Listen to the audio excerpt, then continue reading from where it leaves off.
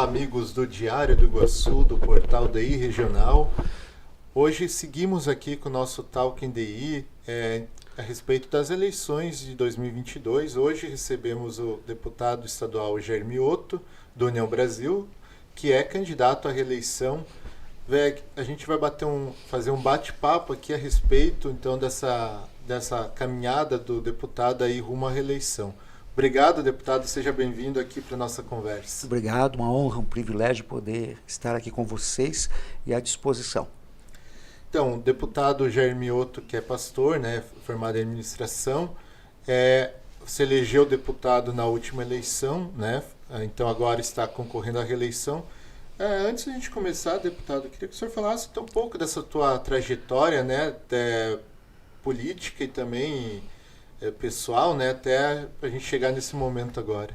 Então, eu sou natural de São Lourenço do Oeste, né, aqui no noroeste do estado. E, aliás, São Lourenço é uma terra que produz alguns políticos, né? Uhum. Não é da nossa época, né? Mas o pessoal deve lembrar do Chico Libardoni. Chico Libardoni foi deputado federal de São Lourenço do Oeste. O Cairu Hack, que faleceu agora recentemente, né? Foi prefeito, foi deputado, foi secretário de Agricultura, se não me engano, da época do Espiridão. Se não me engano, o Cairu foi também. Uma grande liderança. Uma grande liderança, o Cairu. São Lourenço. E São Lourenço tem 2 deputados na Assembleia, de 40, para você ter uma ideia. Tem 5% da Assembleia Legislativa. Tem o Cobalcini, que é de lá. O Cobalcini reside em Caçador, que agora é candidato a federal, o Valdir Cobalcini, mas ele é lourenciano como eu. Então, eu sou natural de São Lourenço do Oeste. Comecei a trabalhar com 9 anos de idade, né? Se fosse nessa época, a lei não permite, né? Mas eu comecei num trabalho bem leve, assim. Eu comecei trabalhando em madeireira, comendo poeira. Na época não existia nem o exaustor. E trabalhava de manhã, das 7h30, meio-dia e pouco, e à tarde estudava. E tive uma infância bem difícil, passei fome, passei necessidade, e eu era meio delinquente juvenil na época. Com 9 anos, num dia só, eu lembro que eu fiz 13 furtos, porque eu não tinha o que comer, a maioria roubava coisas para comer. Eu lembro do pessoal dando tiro, 38, atrás de mim. Graças a Deus o pessoal era ruim de mira, né? Senão eu estaria morto. E a minha vida mudou quando a minha mãe tinha 10 anos de idade, 1980. Aliás, meu nome é Jair por causa da Copa de 70, né? Jairzinho. O Jair tá famoso agora por causa do Bolsonaro também, né? Então, também, né? Mas com 10 anos a minha mãe foi para uma igreja do Evangelho Quadrangular, e eu mesmo criança pensei, a minha mãe ficou maluca, virou crente agora, o que é isso? Naquela época era um período difícil, né? Quando o pessoal ia para a igreja, né? Havia todo um tradicionalismo, né? E era uma época difícil. Mas com o tempo eu fui entendendo, né, o que é a palavra, e eu achei assim algo tão diferente, porque todo mundo dizia assim, esse é um diabinho, esse é um delinquente, vai morrer cedo. E lá eu vi um pastor jovem, pastor Jairo Gavin até, dizendo assim, Jesus te ama, Deus tem um propósito com a tua vida e tal. E eu pensei, poxa, o pessoal diz que, né, uma coisa lá, esse cara está falando um negócio aqui diferente, eu gostei e fui ficando, né? Por isso que eu acredito muito no Evangelho, em Jesus Cristo, né, na pregação da palavra, porque realmente transforma vidas. Então, o senhor foi até um exemplo, eu sou, né? Um exemplo disso.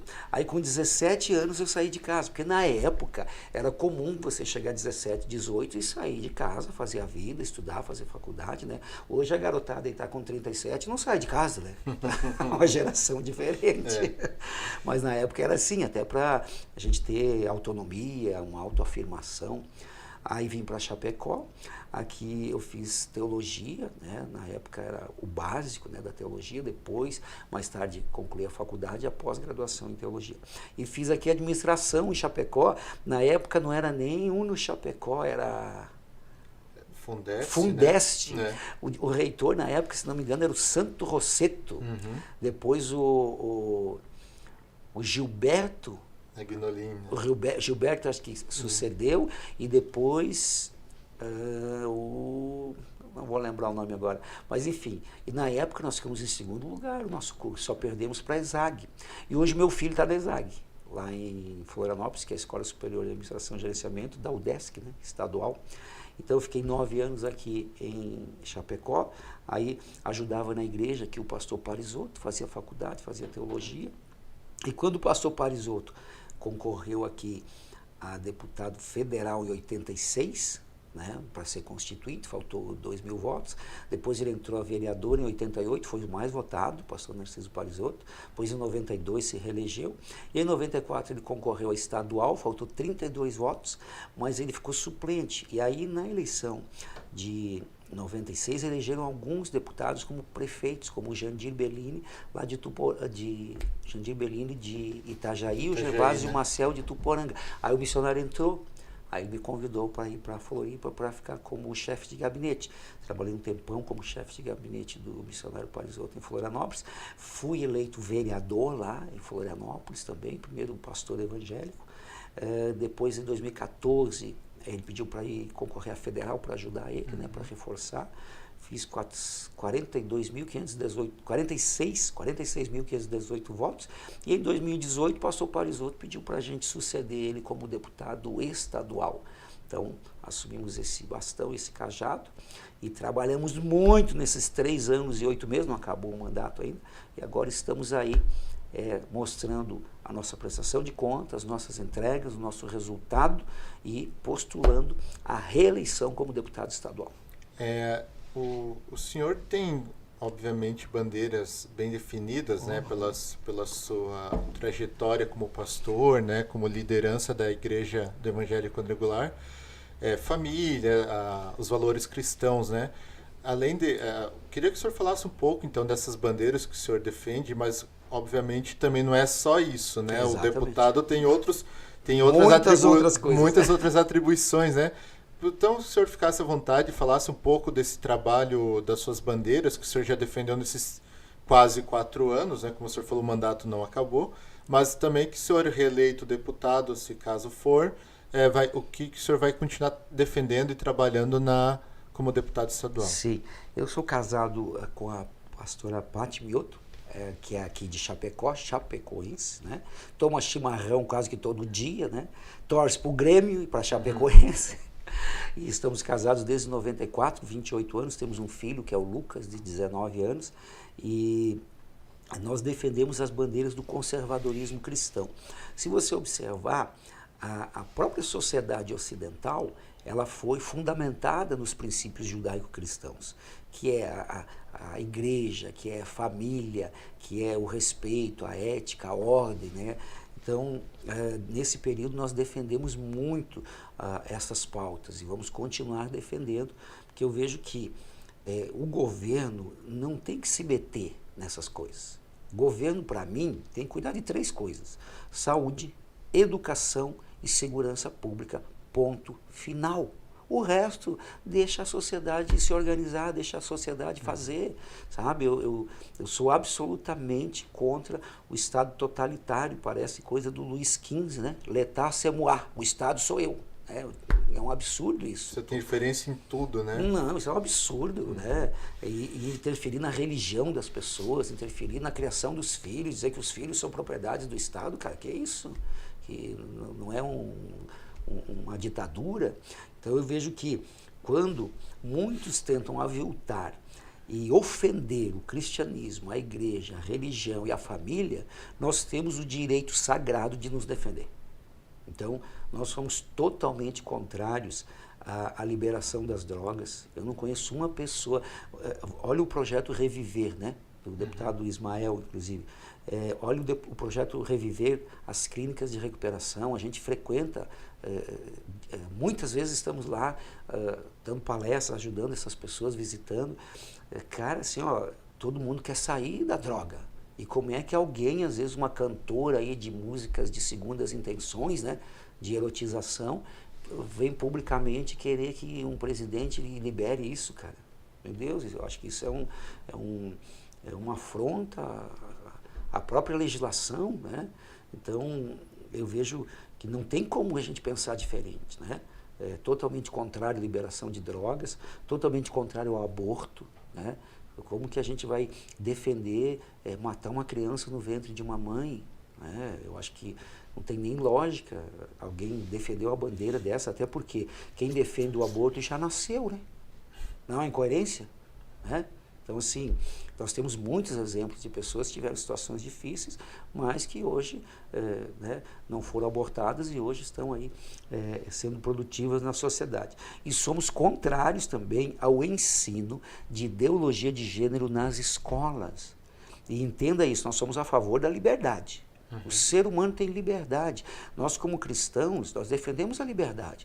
A pessoa tem a liberdade de ser ateu.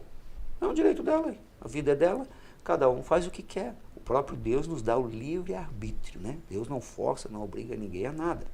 Então, nós defendemos a liberdade. Um adulto, ele pode fazer o que quiser, da sua sexualidade, inclusive.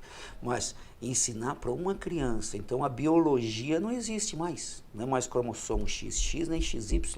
Agora, um comportamento é um comportamento que tem que ser respeitado, mas desconstruir a sexualidade das crianças, eu acho que é algo atentatório à inocência das crianças, à pureza das crianças. Então, nós somos totalmente contrários à doutrinação nas escolas, esses conceitos. E respeitamos a liberdade de um adulto fazer o que quiser. É que as pessoas às vezes misturam, né? Você fala que é contra uma coisa e já pensa que está entrando nessa outra parte que você citava agora. O adulto faz o que quiser da vida dele e ninguém tem nada com isso, né? Embora a gente tenha respeite, né? A gente não apoia, mas respeita, né? Cada um faz o que quer. Então essa pauta, para a gente, é imprescindível, é fundamental. E nós fizemos na Assembleia 3 ou 4 projetos de lei, 5 projetos de lei, 3 viraram lei. Nós fizemos o projeto de lei que proíbe a linguagem neutra nos colégios, né? Então, assim, você com seus amigos, lá na sua bolha, né, no seu nicho, né, na sua área, você fala como você quiser, mas a ortografia, a gramática, cara, é um absurdo isso. Então, esse não passou, está engavetado lá por um pessoal de uma bancada contrária, né? Também fizemos um projeto que proíbe danças eróticas nos colégios, né? Como é que você vai pegar uma criança de 7, 8, 10 anos e ficar erotizando, cara? É uma coisa muito estranha isso para mim. Ele está tramitando. Nós fizemos também o projeto de lei que declarou a música gospel e os eventos evangélicos como manifestação cultural, esse já virou lei. Fizemos também o que dá isenção à PEC, que já era PEC federal desde fevereiro, mas em alguns municípios não estava sendo aplicado. Então nós fizemos uma PEC estadual que aprovou, 2/3 da Assembleia aprovou, né, a votação. Não houve nenhum voto contrário, é que teve pouca frequência no dia, né? E liberando a isenção de IPTU para imóveis de igrejas alugados. Então, um projeto bom. E o projeto principal, que foi o que declarou as igrejas como essenciais à atividade religiosa no meio da pandemia, que serviu de base para a reabertura das igrejas.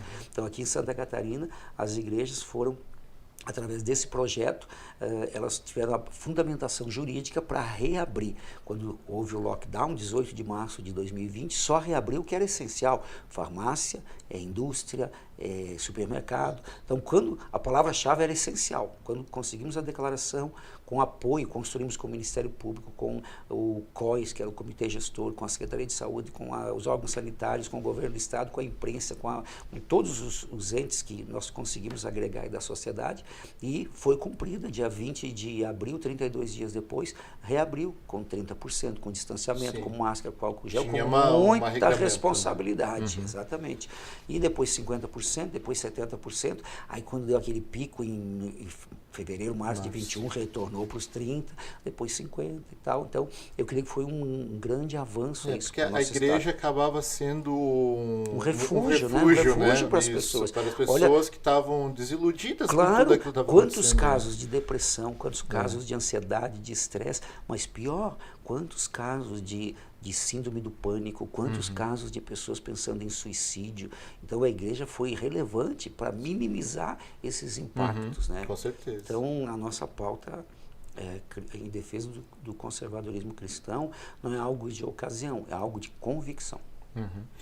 Deputado, o senhor, como o senhor citou anteriormente, o senhor foi assim, entre aspas, né, o sucessor do deputado Parisotto, né, do missionário, como deputado, né, e agora indo para a reeleição, tem a filha dele, a pastora Débora, né, que é candidata federal. Vocês têm trabalhado junto dentro desse núcleo, né, digamos, da igreja, né? Na verdade, a gente está em coligações diferentes, Sim. né? Então, a gente respeita a legislação eleitoral, mas dentro do que a legislação permite, né? E dentro do nosso grupo de ação, da nossa área, né, religiosa, nós, onde podemos, estamos juntos. Sim. Sempre. Até falando em coligação, né, o senhor está afiliado à União Brasil, né, ali no período de janela. E eu ia te perguntar exatamente isso. Então, o senhor, claro, tem as questões particulares, né? Mas o senhor está fechado com o Jean Loureiro, que é do seu partido, inclusive, né? Candidato a governador. Sim. Como é que está o senhor tem circulado todo o estado, o senhor está vendo a campanha do Jean. Ele tem o Heron Jordani, que é aqui da região oeste, né? Candidato a vice. Tem também o ex-governador Colombo, né, candidato ao Senado ali, que é da região serrana de Lages. Obviamente tem um nome estadualizado por ter sido governador por 2 vezes. E como é que o senhor está vendo esse movimento do Jean? Como que o senhor tem acompanhado a candidatura estadual e o que o senhor imagina que vai acontecer agora no dia 2 de outubro? Então, o Jean foi o melhor prefeito de Florianópolis na minha leitura. Eu estou lá desde 97. E ele é muito empenhado. O Jean é aquele, lá como prefeito, que fazia a reunião dos secretários às 6 horas da manhã de segunda-feira, trabalha muito. Eu acho ele muito parecido com o João Rodrigues. O Jean, muito parecido com o João Rodrigues. Ele é trabalhador, é esforçado, ele é gestor, ele não é só de falar, ele é de fazer. O Jean é presente, é ativo, então é o nosso candidato a governador da nossa coligação. E o Heron Jordani, eu creio que é uma grande oportunidade, inclusive aqui, né, para o nosso oeste catarinense, porque se você observar do oeste catarinense, qual é o candidato que contemplou o oeste catarinense, né? Se você observar os demais candidatos, né, quem mais contemplou o oeste catarinense foi o Jean Loureiro. Então, quando ele coloca, através do João Rodrigues, o Heron como vice, e o Heron foi o grande articulador da segunda fase do atual governo, né? O Heron, 2 coisas que eu admiro no Jean e no Heron. É a humildade. O Jean Loureiro, se ele chegar aqui, ele vai conversar de igual para igual contigo, vai te ouvir, vai respeitar a tua opinião. Ele não é extremista, não é radical, ele ouve as pessoas, né, como governador. E o Heron, então, é um gentleman, né? O Heron, ele é aquele articulador, é aquela pessoa que permite que cada um tenha o seu espaço, cada um tem a sua atuação. Então, eu sou suspeito para falar, porque convivi com o Heron na Casa Civil e aprendi a admirar o trabalho do Heron. Então, eu acho que são 2 pessoas que têm capacidade para fazer uma grande gestão em Santa Catarina. O Jean Loureiro e o Heron Jordani. Né? Deputado, assim, o senhor já citou, né? E o senador da nossa coligação é o Raimundo Colombo. Tem experiência também, né? Afinado, vamos dizer assim, com os princípios também que a gente preserva. Então, são boas candidaturas, excelentes candidaturas. O senhor citou, né, que embora o senhor mora em Florianópolis, o senhor é aqui de São Lourenço do Oeste, tem a sua esposa aqui de Chapecó, né? Então, tenham essa ligação. Gremista. O senhor tem essa ligação. Com certeza. Aqui com a região. E o que é possível atuar mais aqui na nossa região? A gente vê rodovias, hospital regional, né, que passa por dificuldade econômica muito grande. Como a gente fala assim, deputado, o senhor mora em Florianópolis, mas assim, sabe que o deputado ele acaba atuando em todo o estado. E o senhor tem as ligações, como já citado aqui, com a nossa região, né? O senhor é de São Lourenço, sua esposa é daqui de Chapecó. O que o senhor pensa que dá para atuar mais firme aqui por essas pautas e outras também? Então, só para você ter uma ideia, aqui para Chapecó nós já conseguimos liberar quase 7 milhões de reais de emendas. É o município de Santa Catarina que eu mais enviei emendas. Então já responde a tua pergunta. Eu penso assim que a questão de onde você nasceu é relativa, né? Claro. A questão é onde você atua, né? Então, a gente tem atuado muito forte aqui em prol do nosso oeste. Para você ter uma ideia, eu estava agora com o Martarello lá em Xaxerê, 1.700.000 reais de emenda. O Chico Fola em Xaxim, 1.700.000 reais de emendas.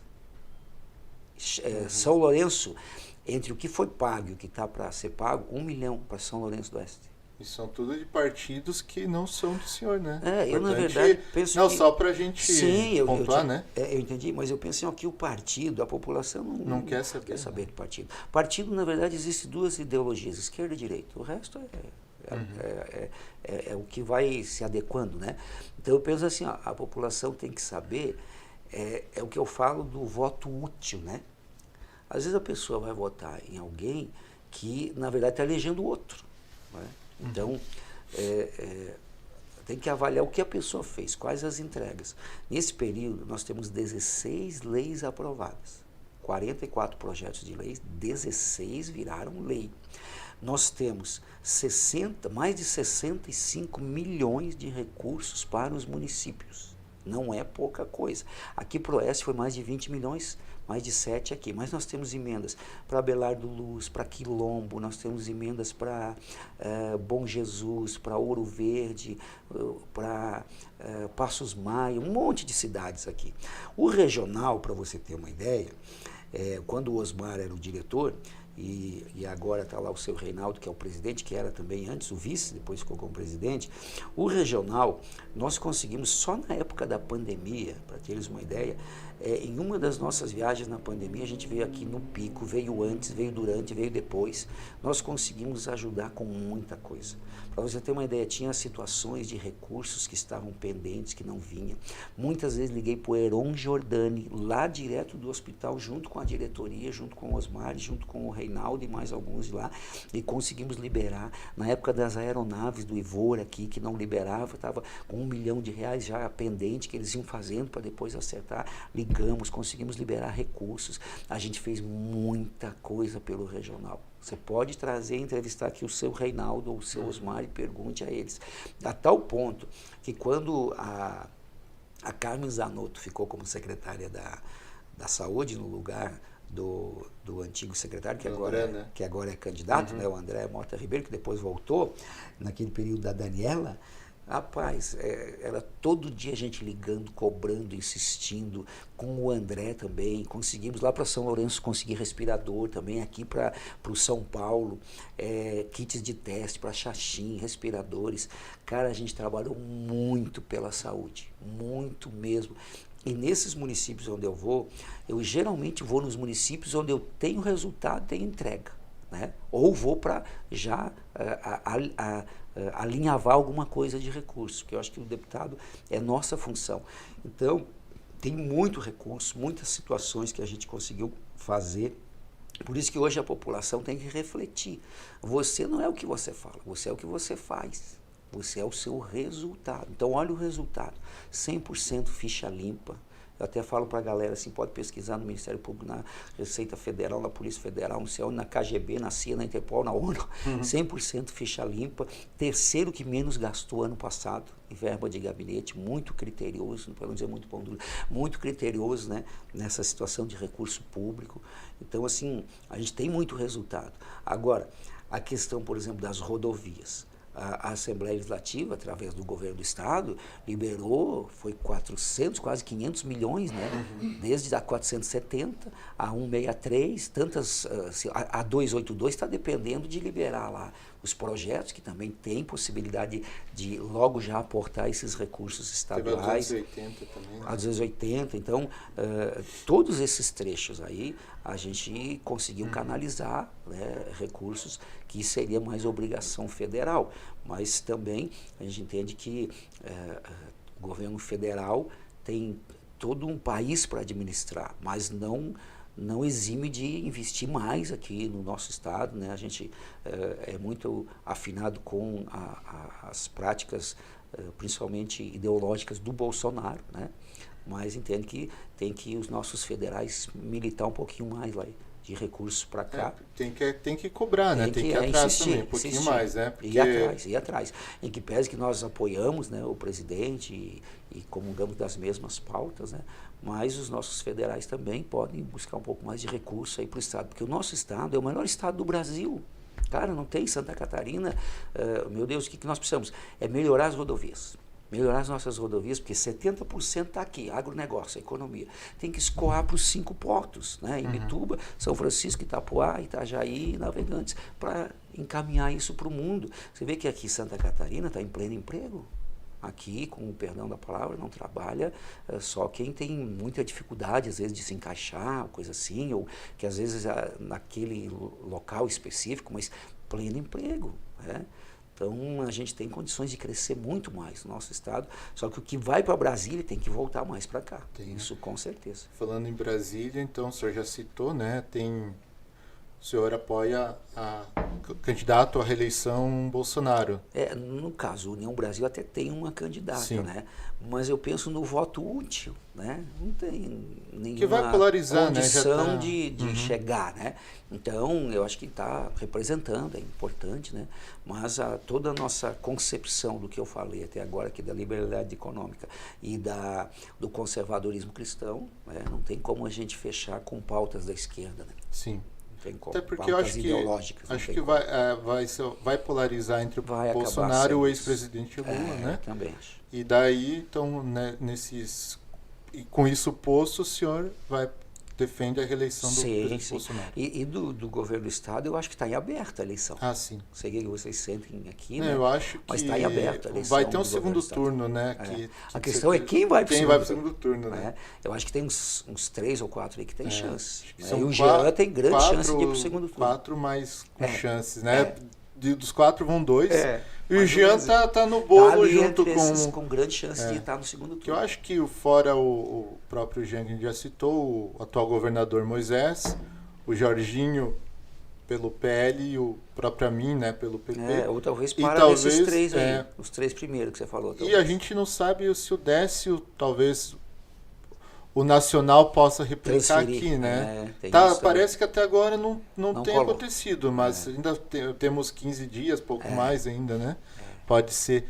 Então, deputado, eu queria te agradecer pela entrevista, né? Que o senhor agora fizesse um encerramento aí, pode pedir voto, ficar à vontade. Eu só gostaria de citar que das leis que a gente fez, a lei do 5G, nós estamos coordenando no estado, né? Isso é importante. Já tem 41 municípios que adequaram a legislação. Dia 22 de agosto abriu o sinal em Florianópolis, agora vai para Joinville, depois Blumenau e depois vamos trabalhar para trazer para a nossa terrinha aqui também, para nosso querido oeste, começando por Chapecó, que é a maior cidade. Também fizemos a lei dos esportes eletrônicos, a lei que obriga os hospitais a ter equipamento adaptado para a obesidade, a lei que garante vagas prioritárias para os autistas, que é uma lei importante, né? Hoje muitos de nós temos pessoas na família nessa situação, eu mesmo também tenho. Fiz a lei, algo também de proteção aos animais, a lei que proibiu o consignado, é de minha autoria, porque não havia tipificação quando aparecia na conta dos nossos pais, nossos avós, 2.000 de crédito e 36 prestações de R$100 mais o juro. E não tinha o que fazer. Agora, quem é que forneceu isso? Cadê a lei de proteção de dados? Cadê? Mas não tinha tipificação. Nós fizemos a lei proibindo, acabou com essa farra aí das financeiras contra os aposentados. A lei que proíbe a inauguração de obras inacabadas também é de nossa autoria. Então tem muita lei legal. Siga lá, Jair Mioto, deputado estadual, Jair Mioto no Instagram. Você pode acompanhar o nosso trabalho. E eu encerro dizendo assim, quem já fez nesse primeiro mandato e fez muita coisa, nós não paramos nesses 3 anos e 8 meses e tem condições de fazer muito mais, porque agora a gente aprendeu muitos caminhos, a gente conseguiu superar muitas situações, então tem condições da gente fazer muito mais nesse próximo mandato aí, como bem falasse, dando sequência ao legado do nosso querido mestre, pastor, líder Narciso Parisotto. Deputado Jair Mioto, candidato à reeleição pelo União Brasil. Obrigado, então, pela sua entrevista, pela sua visita. Também obrigado a todos que acompanharam esse Talking daí. Até o próximo.